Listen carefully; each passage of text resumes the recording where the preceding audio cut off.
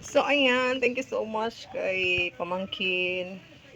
Ayan. Nagdala siya ng yung famous sa amin na tinapay. Ang tawag dyan ay Pan Ramona.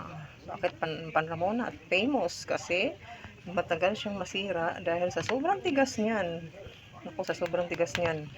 Tapos, sarap isawsaw sa, ano yan, sa kape. Tapos, lahat, masarap siya isawsaw. Tapos, pwede rin siyang, isa lang.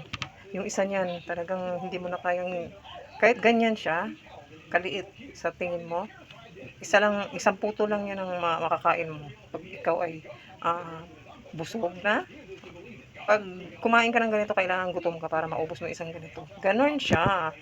Tapos ito pa, daming assorted na may daing siya rito. Ayan, may daing pinasama niya na yung daing at saka tuyo, oh. Ay, sarap. Tamang-tama kasi talagang nag-crave talaga ako ng pagkain namin sa Mindanao. Alam mo yun? Tapos ito pa, ayan. Ayan pa siya. May bagoong galing doon sa amin. Sa Mindanao rin yan galing. At ito pa pala. Tawag niya is dayok. Dayok siya. Hindi ko alam itong dayok. Ano ba yung dayok? Sausawan daw siya. So para siyang tahong na ginawang parang bagoong.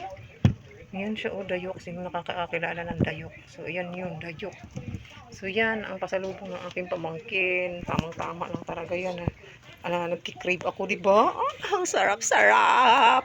Ang sarap din ito sa kidney. Ganon. Pero wag naman lagi, diba? So, yan. Kaya, sarap-sarap talaga yan. Kung gusto nyo, hali kayo. Hahatian ko kayo. So, thank you so much for watching. I'm so excited na.